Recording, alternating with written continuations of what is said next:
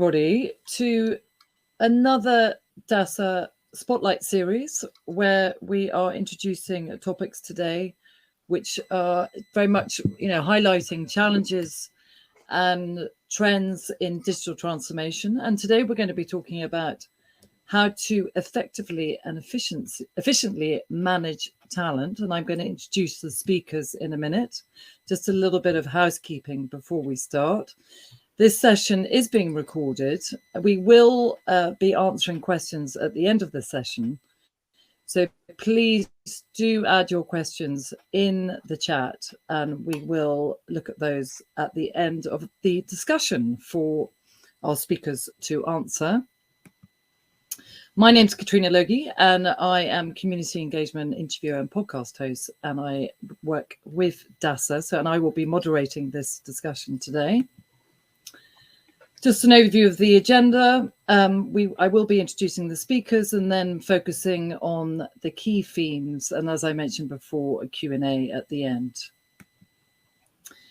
So just a little bit about DASA. DASA is the world's largest DevOps and Agile association, fostering dialogue, debate and collaboration amongst leading industry professionals and organizations.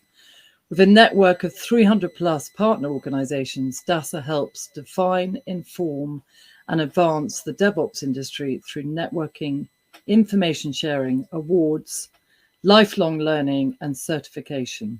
And it was founded in 2016 with over 300 plus partners in 48 countries and with over 10,000 professionals who are involved. So this Spotlight series is really to highlight, industry bodies and community platforms such as DASA to offer guidance and advice based on co-creation and shared experiences. So for every challenge you may have, other organizations and leaders have faced these and other challenges in their transformations and have come up with effective approaches and solutions. So we want to invite you to DASA community as we discuss complex but relevant topics, so we can tap into the collective intelligence and experiences of others from around the globe and exchange ideas and practical guidance. And today, joining our webinar, I'm going to introduce our speakers today. First up, we have Sophie Latiar-Garwood, who is HR Program Manager at Amazon. Welcome, Sophie. Thank you. Thank you for receiving me. Great. Dimitri van den Broek, who is founding member DevOps Agile Skills for DevOps Agile Skills Association, and very much participates in our webinars to represent DASA. So welcome, Dimitri. Thanks, Katrina. Thanks for having me. So it would just be nice to have a little bit of background. Sophie, if you could just explain, who you are and how you started working at Amazon and a bit about your experience. Thank you. Yes. So I specialized myself in human resources and human resources strategy, as I did a master's degree in this a few years back to get a better understanding of what HR development. During my career, I've worked in different sized companies, the first one being a national French company and evolving to different level of international company, reaching now Amazon, where I'm working for Europe as a program manager. So I've grown through different size companies, national or international, which helps a bit to give some answers to you, I hope, today for various types of situations. Wonderful. Thank you, Sophie. And we look forward to hearing those examples. And Dimitri, just a little bit about your background. Yes, absolutely. So welcome, everyone. So I've been around as of 2016, as Katrina mentioned, at the start of DASA, and initially, added my bit in evangelizing DASA's work across the world. Had a great time also running events and meetups around the world. Today, I'm more active in the member domain, working with enterprises and service providers on helping them adopt the various instruments. Some of them we're going to touch today to help them either in their transformation or in their talent management ambitions. I'm also supporting the leadership programs, but I mean, we'll probably also touch a little bit on that. But I'm very happy to be here, and it's been a while back in the front of the DASA audience. And I mean, I'm also working with a virtual reality company for about 3 days, 4 days a week, and a couple of days for DASA. So it's great being back here with this audience and also learning more also from Sophie. Back to you, Katrina. Thank you, Dimitri. So today we're going to be focusing on 5 themes, which are nurturing and attracting talent, leadership, culture, performance goals and tools, and processes. So first up, we're going to talk about nurturing and attracting talent. And Sophie, first question is, what is talent to you? What does it mean? And talent management? Very good question. Well, talent is a very vast word. We usually assimilate it to our top performers within a company, but we need to understand that the topic is wider. We can have talents who are not the top tier from our company, but represent our basis that we need for the company to work. So that's the first point that I wanted to raise.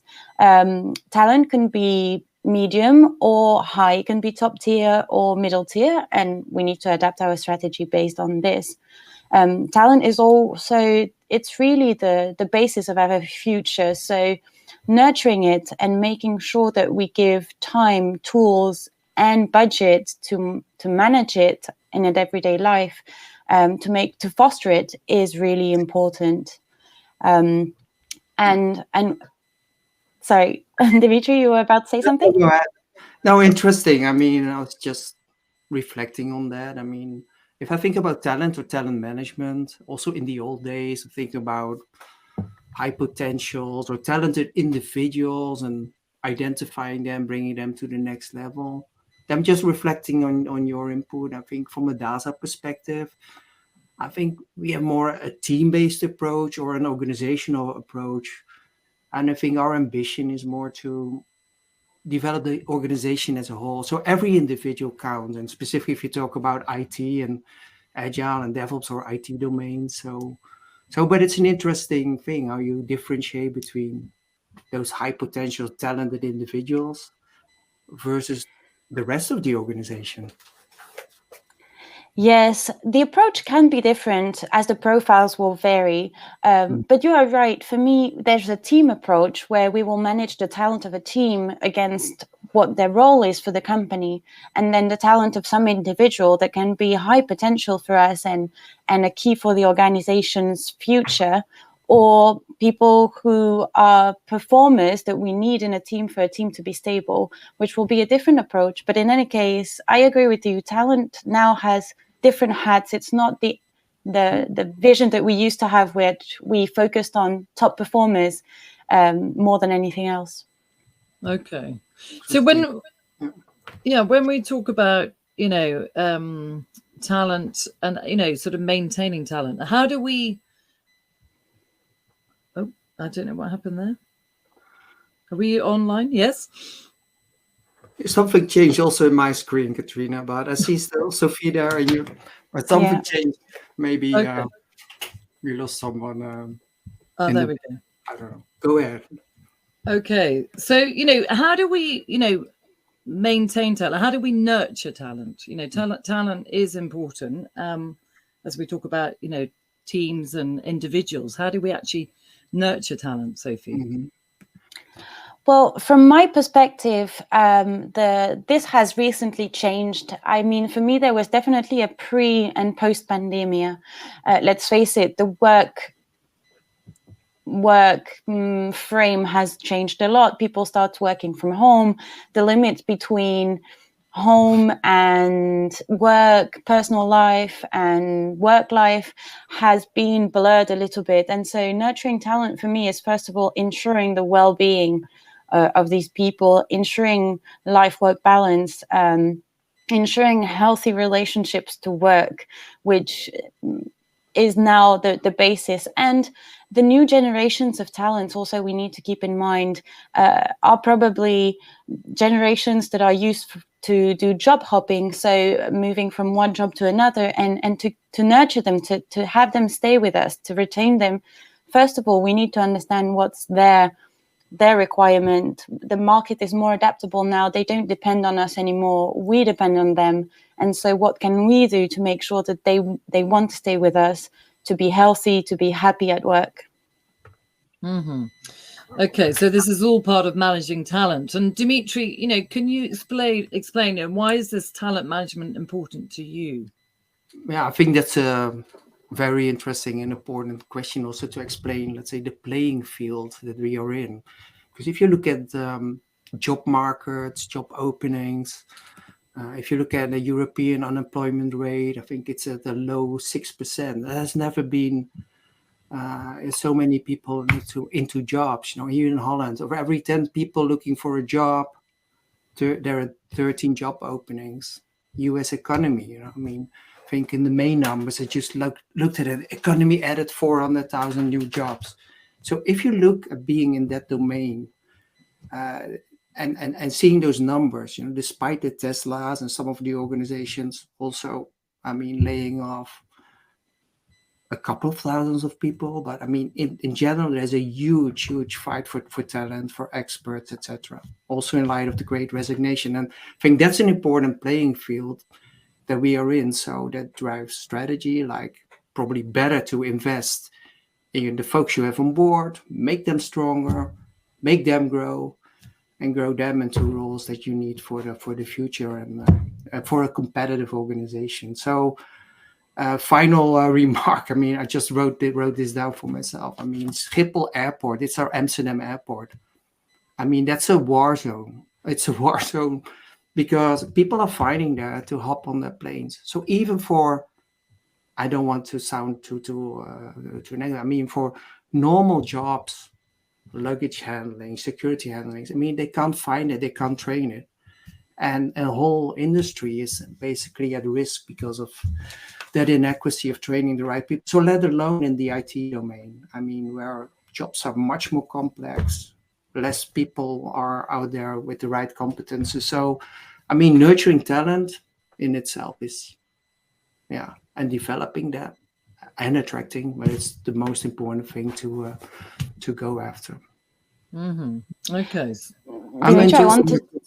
Also how you see it from your perspective. Being working for large organizations and Amazon. Yeah, and actually, as a point that I wanted to jump on, the example you were giving about the airport, it's true that there's a huge tension in the market right now, and we used to believe that some types of jobs, some roles that would, let's say, require less experience maybe or less training used to be easier to recruit, but it's not the case anymore. There's a penury of work and of people, employees interested. We need to really work on how do we attract these talent? What do we offer for them professionally? What are we going to put into place for them? It's a huge challenge, and I see operator roles where it's really difficult to recruit. And it's a huge challenge. Mm-hmm. So, well, it's not just Schiphol Airport. I think it's every airport, isn't it? Yeah, but also, indeed. Yeah, you're right. But also for restaurants, or it's across the board, actually. Where did all the people go? Where did they go? Yeah. So how do we retain talent? What's appealing to retain talent? What's appealing to talent? Sophie, how do you? Yeah, again, for me, this is very generational as well. I believe that the youngest talent now are looking for different things. For example, more flexibility at work, trainings, opportunities to evolve in the company. They are also really focused on salaries.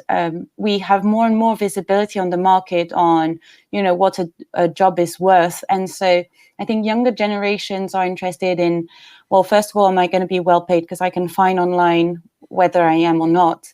So don't play within the internet. Second is, am I going to be treated well? Because I found a lot of offers online. So I know that I'm not desperate. And then third, of course, is what is the company giving me? Am I going to be trained?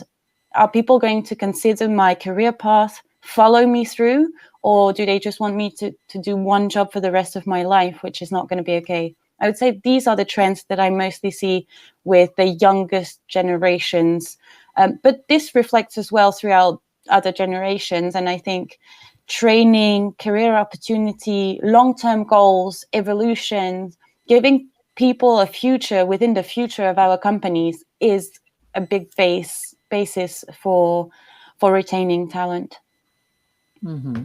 Dimitri, have you got some input on that? Well, I think it's a very broad subject. I mean, there are so many things which need to fall in place, and I agree with Sophie that it's not only about salaries. I mean, there's also a lot of research. I mean, about 40% are willing to take a salary cut if they are given the opportunity to be upskilled, trained, part of continuous learning experiences, but of course salary is a thing, and fair compensation is an important thing. So, but it's also about developing a good culture. It's about having good bosses and HR teams who can really help you, guide you into your next phase of your career, having meaningful discussions. So, and that's the beauty of this topic, and I'm not claiming to be an expert, but there's so many things that need to be in place, at a specific level to keep everybody happy. And but there are also instruments in place that can help out there. So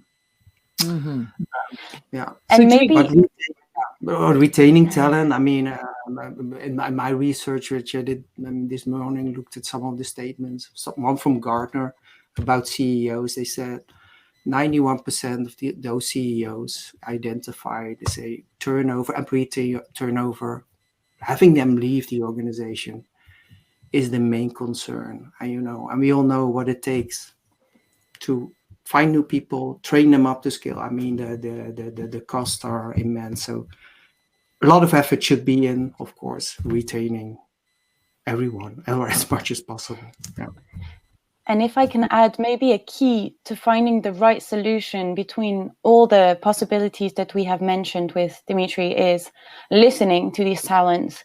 The importance of doing constant feedback, communication between manager and employees, between HR and employees, HR and manager, to understand which each individual needs, because we are more and more realizing that it's not one solution fits all. And so maybe you will want to be trained, and maybe your colleague would like to have more attention brought to him, and another one would like to discover a new role. And to be able to give the right solution for every talent that we want to retain, the key is listening, talking, and adapting for me. Yeah. The member organizations of DASA that we are engaging with, I mean, we also have best practices in place where we say, well, this is what we see around us, what works. So we talk about quarterly, career path conversations, and with HR or with line managers, and how does it work? And in any case, not an annual appraisal session, I mean, that's something which is not appreciated, but how does it work in your environment, Sophie? What do you recommend?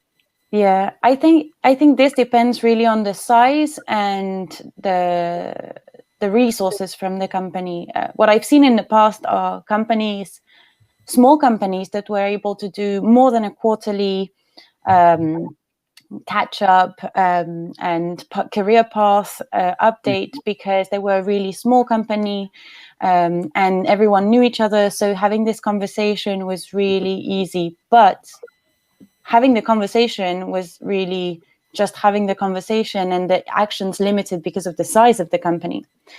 In the medium-sized company that I worked with, where we had about 10,000 employees, the career path conversation was limited to once, and we were trying to implement twice per year, on top of performance review, of course. And this, I realized, really didn't work. Once a year is not sufficient.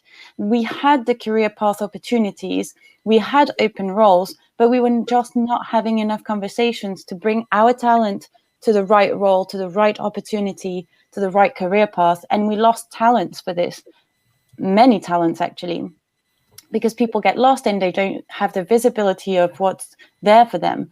So the career talk and the career structure, the career path structure and process is super important.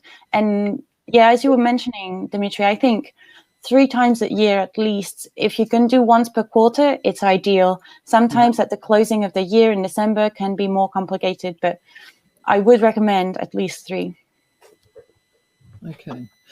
So great. Let's, move on to sort of people and how we can use the people employees in our company to foster a talent-friendly environment. So, how does leadership, Sophie, how does leadership impact talent management? Leadership is really a key. So we all know there are different leadership styles, but it's also the role of a company to guide the leadership style according to their belief and what they think is best for their employee. A leadership style that does work every time is a leadership style that's a bit outside of the usual classical descriptions, let's say paternalistic, etc. What we want from our leadership team is to be accessible, to be adaptable, to listen to their employees, to build trust, and to foster a culture where learning, being curious, is acceptable. So we want leadership teams that are able to let go of their talent and to push them to reach their own goals outside of their teams. We need leadership teams that are supportive of people's evolution, so people feel confident and trusted in their evolution in career. Okay, so they're invested in talent. What is a talent-friendly environment within a company? Can you give some examples?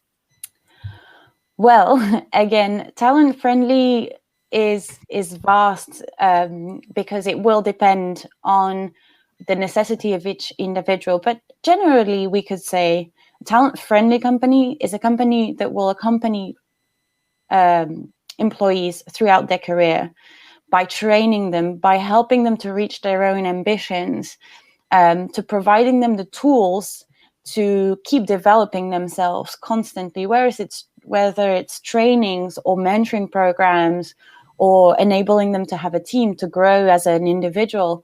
This is a friendly environment for talent. Okay. And do you sort of leave it up to talent to kind of like go on their own self-discovery with these training programs? From my experience, whether it's a small, a medium, or large company like I'm in right now, generally employees need to know what the opportunities are. So it's really important to have these conversations. What do you want to do? How do you see yourself growing in our team? How do you see yourself growing in another team? What would be your next move if you had the choice? How am I going to help you to reach this next level? What tools can I offer you? And these career talks are super important. And again, I think it's career path talks. So it's something that we should have at least 3 times per year. And as well, when we do the performance review, if there is a change that needs to be made to get a promotion or maybe to correct a bit the course on the current performance, we need, as HR and as manager, to give the tools to the employees. Okay, so it's down to the individual, basically. Yeah. Sorry? No, sorry, I was saying the decision, yeah, but the HR team has a huge responsibility in giving the tools, providing the help. Providing guidance, yeah. And Dimitri, how does DASA help with leadership? And what is important when it comes to training leaders with, giving the right tools to engage with talent? Mm-hmm. Well, I appreciate Sophie's response here on the importance of leadership. So for DASA, it's extremely important, extremely relevant. There's so much focus on leadership basically across the board. So on one hand, we see transformations fail. I mean, for reasons not having to do with budgets or commitment, but it's all about people. And how do you get those employees, team members into the right mindset. And leadership plays a crucial role. So in DASA, we designed two distinct important leadership programs. One is the DASA DevOps Leader, who develops high-performing teams, provided infrastructure. But there's also a very important role which we consider is a DevOps coach. And that coach also mentors, facilitates, consults, and helps without this formal hierarchical relationship. And there's a lot of value also proven in research that coaches, also being kind of leaders, really help organizations and individuals transform. But leadership, and I'll give back to Sophie after this. I mean, leadership should also be reflected on an individual level. We believe every individual should have basic leadership qualities, or perspective of what it is to be focused, customer centric, take the right actions, stand up for your customer, stand up for your team. And that's also part of building a culture. You need everyone on board, and you also need to have an alignment on leadership principles and values for the organization. So for me, I think for DASA, talking on behalf of DASA, I think that leadership, topic or part of this is crucial. Yeah. Mm-hmm. The great resignations. I mean, I've also found that 50% of everyone leaving their job basically said that something could have been done to keep them in their job. Can you imagine 50% of all the millions of people who left their jobs? That's a leadership thing, if you have coaches with relatively intimate relationship who guide you, who talk to people. I mean, many of them could have still been in their roles with proper leadership infrastructure and proper communication and dialogue. So what do you think was missing? When they say this, I mean, I'm interested for Sophie, but my sense would be there is a disconnect, and maybe the disconnect got bigger because of the pandemic. People suddenly were on their own. I mean, and more remote and less connected.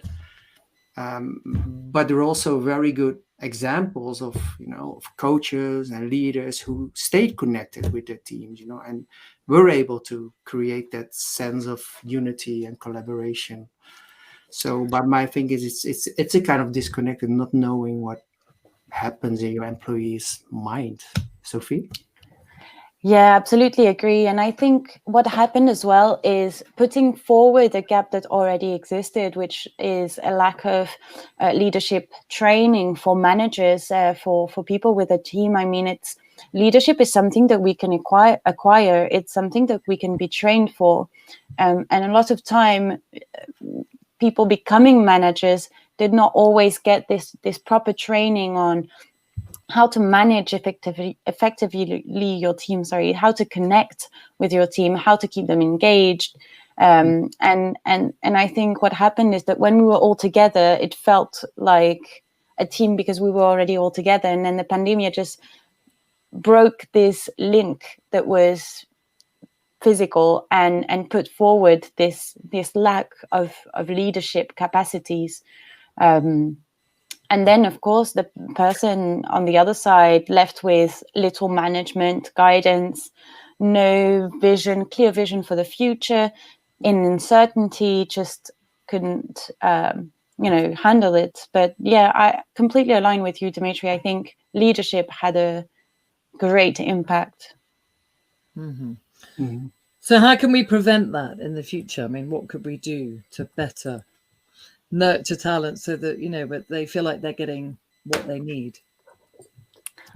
Well, from my perspective, of course, it's training well the leaders in every type of environment. Every team is a bit different depending on the type of business that the company is doing, what type of team is there, and also some specific context.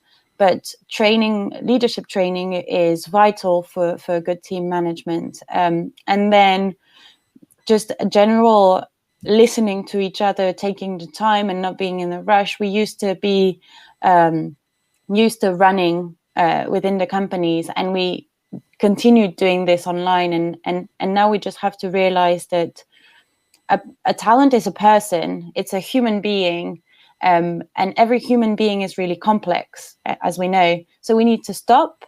Well, we need to be trained to understand what, how can we manage it. So have leadership training, stop and listen to these individuals to understand their needs, and see how us as a company or us as a leader can answer these needs, whether it's more life balance, whether it's more visibility on the career path, whether it's maybe a change in responsibilities.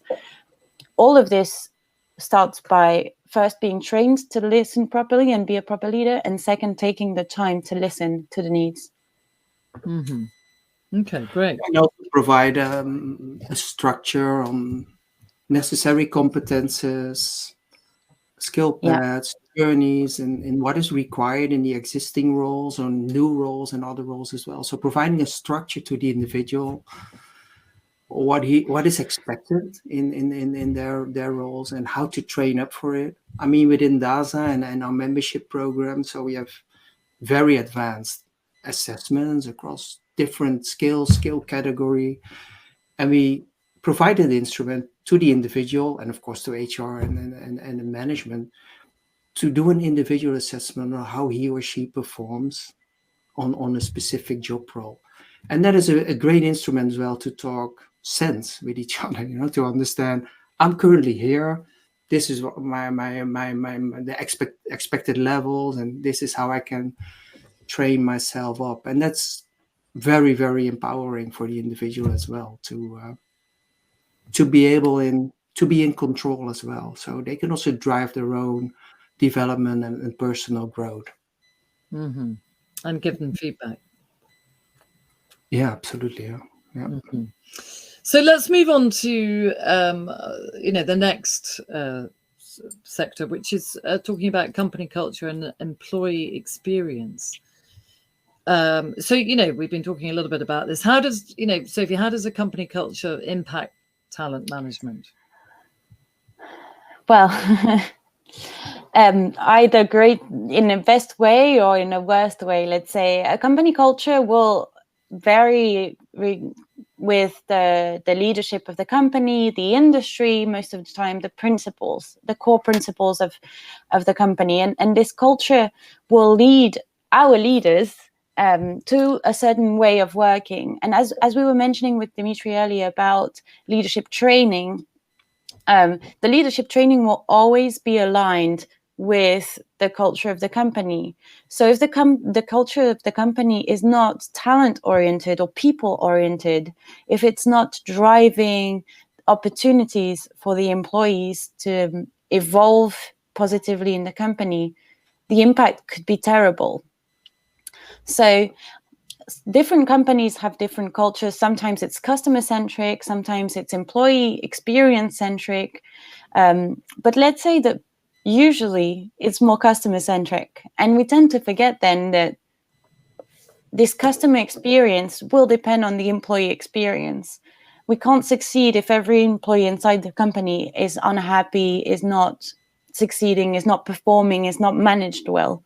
Mm-hmm. So the company culture impacts the leadership culture, and the leadership culture will impact the well-being and the performance of every talent in the company.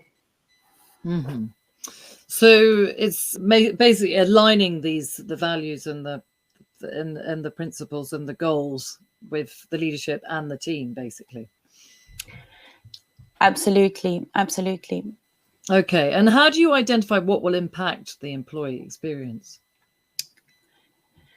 It's a tricky question because again, we're talking about human beings, so we try to follow trends on the employee experience. Generally, what will improve employee experience? Well, having clarity, being out of the uncertainty. So we want to make sure that everyone feels secure in their role, that they are not afraid, but also maybe we will going to drive the feeling of justice. So making sure that we review well the performance, that all our process is clear and transparent, so that everyone has access to the same information, so that they can improve themselves or have ambition with clarity, visibility. We don't feel injustice. We don't feel that we are insecure.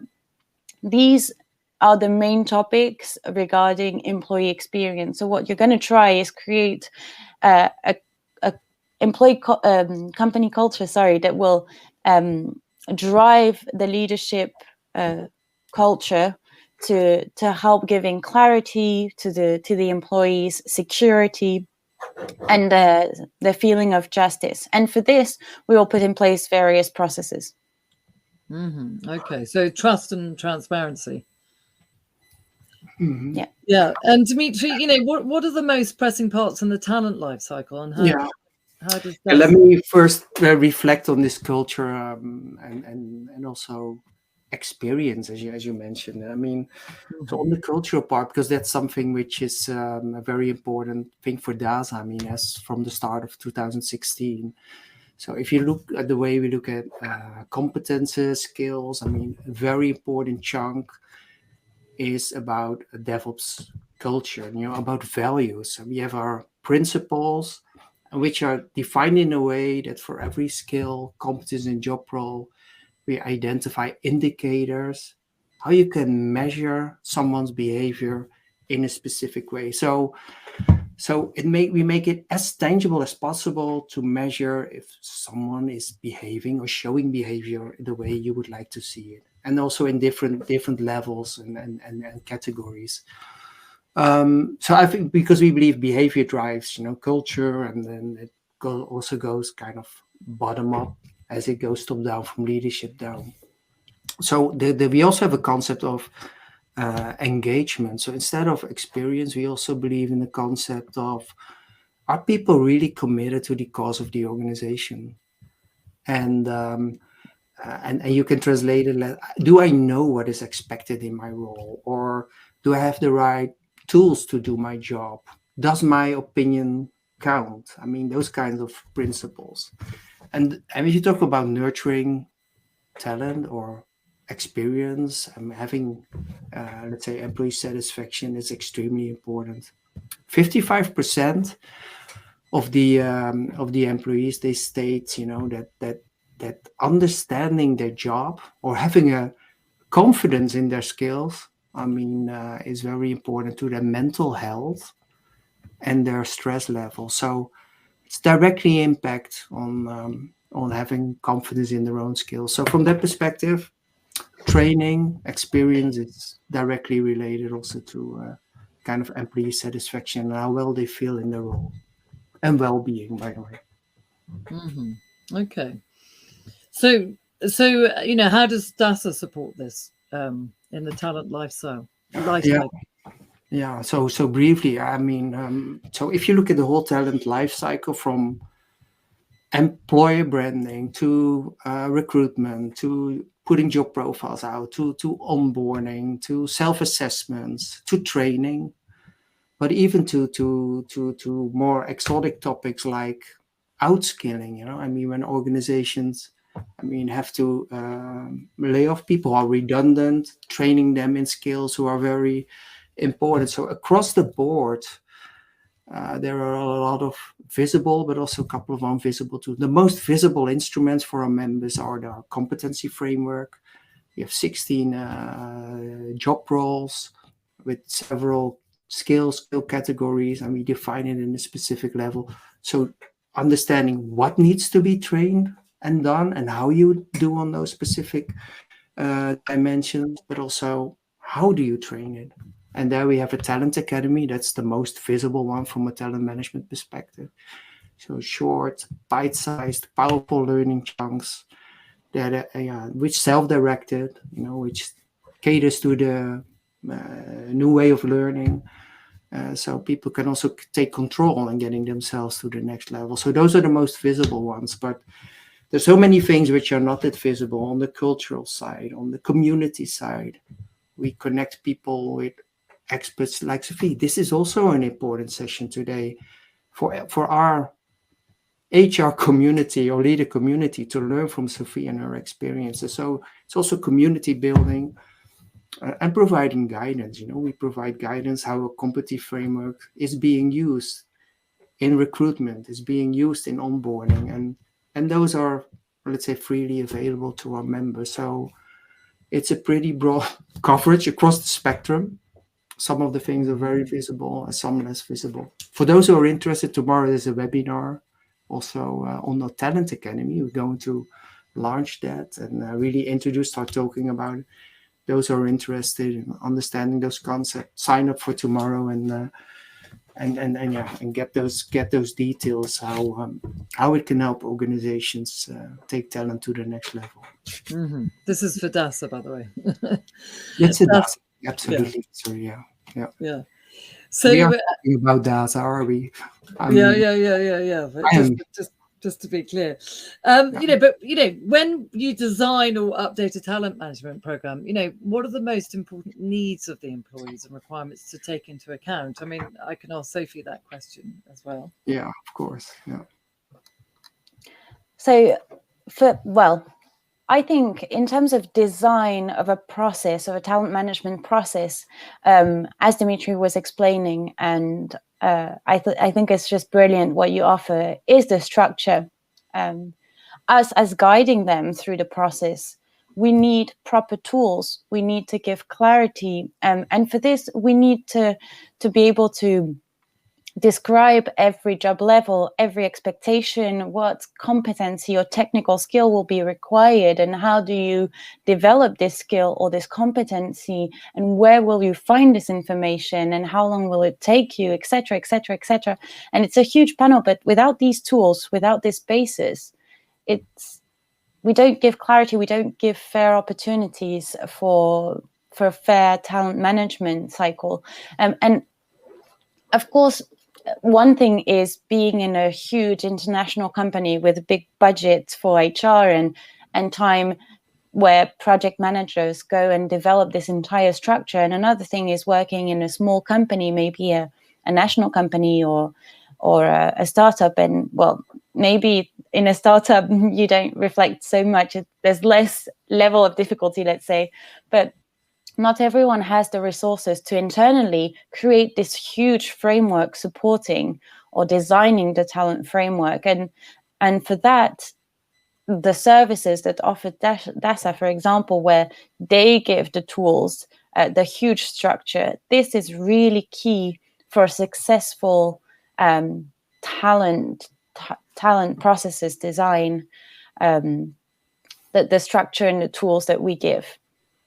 Mm-hmm. Okay. And so when it comes to learning, I mean, it's also interesting observations. I know we have a lot of DASA experts from the early days here in this conversation as well. Is that I think what we did learn is that formal trainings for 1 to 3 days, in the classroom, while we still have it, do it, and it still makes sense for a particular audience. I mean, there are better new forms of learning, I mean, how we want to learn, when we want to learn socially. And the whole thing is that all of us are craving for content. And at the same time, we have a massive amount of content. And then the question is, but what should you do? And where should you start learning? And that's basically where we also come in. I mean, think about being in a restaurant with a huge menu card and you have difficulties choosing. And that's where we from DASA also, help, we kind of waiter recommending to do this or that based on what we've seen other customers, the feedback from other customers, tasting a specific dish or not, and based on other experiences that we have. So it's very important to also help organizations and individual, recommend the right tracks and the right competences to take the next step. So that's another part of it. Okay, depending on their needs as an individual. So let's talk about, performance goals and tools. You mentioned it's important to establish your organization's goals and objectives. Sophie, what are they? Well, again, depending on the industry, the size of the company, the business, it's going to vary. But the basis is every company should and usually do define every year a set of objectives, whether they are financials or in terms of achievements, acquiring something. We always have a general goal, but we need to make sure that we cascade this goal to every individual, because the last person on the chain will maybe not understand his role to the wider goal, and vice versa. He might not understand his goal if he only has a vision on what he has to do in his role. So first of all, establishing the wider goals and objective is a primary rule to give clarity. And based on these goals, we can then create a clear objective for every employee. This is, for me, in talent management, a huge tool. Giving a goal, to an employee is giving them an objective for the year, something to reach out to. It can be a small challenge for them, a little stretch that gives a bit of spice to the role. Because we were discussing with Dimitri of defining well the structure of each role, telling them the expectations. But goals and objectives are not something that is constant. It can vary every year, depending on the objectives of that year, which is really good to maintain challenged and stretched and a bit spiced up the everyday life of an employee cycle. So we need to give clarity to everyone by, from the top, cascade down a certain set of goals that everyone have clarity to and understand their role and the importance of their role within the company. Mm-hmm. So the overarching goal for the company, how you contribute. How you contribute to it, and how also what will that bring to you. Sometimes you can gain a special additional technical skill by developing it throughout the year to reach your goal. There's a lot of different goals that can be set, of course, and depends also on the team's structure and the employee's role in the company. But the overarching goal will give a certain purpose to the employee. Mm-hmm. And the purpose, the reason why you are working for this company is huge in retention. Mm-hmm. Great. So how do you provide career development paths, and what's involved? Well, as Dimitri was mentioning, it's a huge framework that needs to be created as a basis to then talk about career development paths. First of all, you need to identify or have a framework that identifies all the roles that exist in the company. And for each of these roles, we need to understand, well, what's the general responsibility? What are the allocated skills and competencies required for this role? And based on this, you're going to map out all the employees in the company and see more or less where they're located. Well, not more or less. Usually, everyone will have an exact role defined in this framework. And the career path will be then, well, from where you are in this framework, where can I guide you to? Well, could you get a lateral move? And if so, what would you need to develop? What training would you need to reach? If you're interested in this move, how can I accompany you? How much time it will take to develop yourself to reach this role? Or if it's a vertical move, okay, do you need more experience? Again, do you need to maybe have a leadership training if you're going to become a manager? So how do you provide a career development path? First of all, is by giving a clear structure and building a learning structure that matches the job framework. So the key to reach the next level, asking them where they would like to go, assessing the competencies that they have already for this role, and creating a learning path for them to reach this goal. Mm-hmm. Very good. Well, Dimitri, at DASA, we provide a skills framework. Can you explain a little bit about that? So we have a competency framework, comprehensive one which identifies job roles and how to actually input, how to design the organization, how to recruit, how to use it in performance sessions as well, how to define, let's say, growth plans. And we also have a training, talent academy and formal certifications. So, I mean, also looking at the amount of time, I mean, anyone interested, follow one of the webinars, or also go to the DASA webpage and look at the competency framework, because it's a very comprehensive, well thought out program by DASA and our experts. I mean, everyone interested can also join our working groups there, to fine tune those models, and which we share with our own audiences and members around the world. So that's, and I have a document in front of me, and that also provide guidance, about career development or employee engagement, or how to use the competency model for onboarding processes. So everything we know within our network, we'll make available to the other companies and share that back. And I can only encourage everyone interested to join us, work together in our working groups, and fine-tune this body of knowledge and best practices out there. Great. Well, it is about sharing and collaboration, sharing experiences. So, and Dimitri, what is the connection, would you say, between talent management and upskilling and reskilling? Yes. Well, there's a very strong connect. I think we already touched on it. So I think you have the opportunity to buy, build, or borrow, and at this moment, it seems that building talent, building your team, is the most effective way to make and build a competitive organization. So it's not only cost effective, but it's also very important for the organization when it comes to retaining people, happy employees, etc. I mean, it may also be on a higher level. I also read quite some interesting research in Singapore, for instance, from Future Skills, and they see also upskilling and reskilling directly enhancing human development, or how people enjoy work. And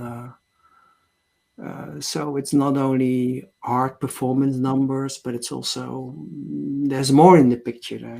If you help people grow, enhance, and help them, adopt new skills and competences. Okay. And also, I mean, we're talking about tools here. AI is going to impact the talent domain. Yeah. I'm also AI. So I think that's a very interesting one.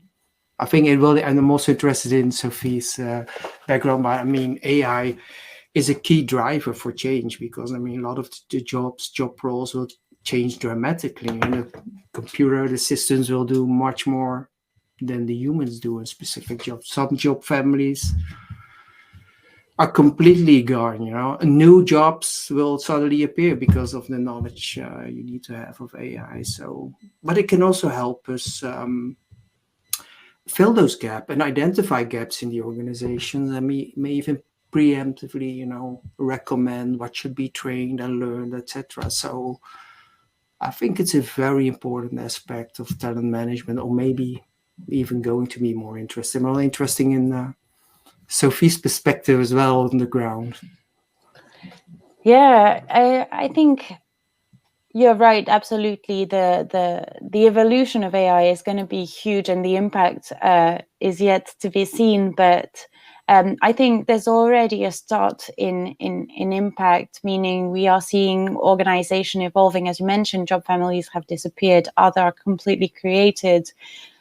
Recently, before working for Amazon, I had to create an entire job family for technologies and AI, because there are roles that we just didn't have a few years ago, and these people, we also need to give them clarity on the role. So that's quite new. And also, how is this going to impact our processes within talent management? Meaning, maybe we can find solutions to drive more efficient solutions, effectiveness through AI, and and the future will tell us, but definitely it's a huge opportunity and challenge that's coming our way.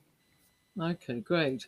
And we're sort of wrapping this up now because we've only got 5 minutes. Time has almost run out. We talked about sort of culture and branding and people and processes. Let's what are the basic processes that should be set up in order to support effective talent management strategy? I'm gonna go, Dimitri. Well, for me, like, it starts by number one, hiring the best. Talent strategy starts with the people we recruit to become our talent. And I heard many people say, oh, I recruited this person. He was the best of the candidates I received. And an interesting way of thinking that I've witnessed recently is to say, well, we don't have to limit ourselves to recruiting the best of the people we have in the basket. We need to look for talent that really correspond to what we need. And the second part of it is, we don't need people who are overqualified for the role. We need people with potential that we can see grow in our organization, matching our culture, our leadership roles, so that this potential, this talent that we already see, we are going to develop it. This is a key part in the hiring process. It's, first of all, we don't have to settle for less as an HR team, I would say, and then suffer in the future to develop. And second, we need to work on potential. A lot of people have potential that we have the opportunity to develop. And so we move to the second important point, which is developing the talent. Training, learning is now an indispensable.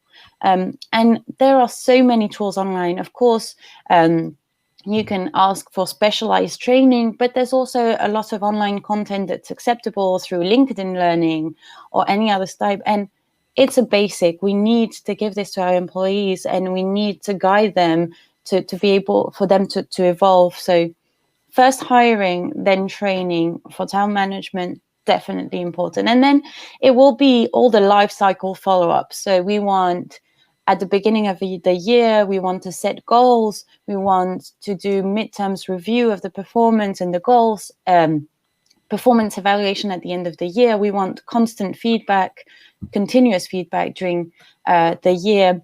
And as we were discussing, we need to make sure that we have these conversations with our employees and with our talent.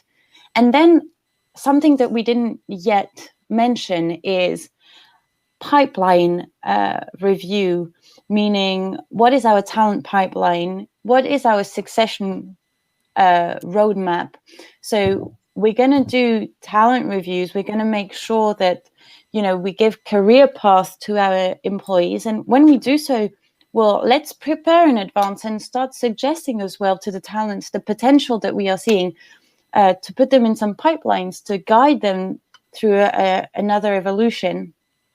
So basics would be hiring, training, goal setting, goals reviewed throughout the year with the performance, and pipeline and career path reviews. Okay, great. And Dimitri, do you want to conclude on that? All these processes are obviously important, and so I mean, from a member perspective, so we work with service providers and enterprises. I mean, it's interesting to explain that it typically depends on the type of industry they are in, or the maturity of the organization, where and how we adopt our instruments that we have. For some of those organizations, it's extremely important to share that they are a great place to work. And even as DASA, we help them explain that message. Of course, they have to be aligned with our DASA's way of thinking and principles. But assuming that's the case, we are more than happy to share those success stories, how they treat their employees, how they grow their talent, etc. But for other organizations, the key processes are on structuring the onboarding or helping them develop a competence framework by providing our instruments to them.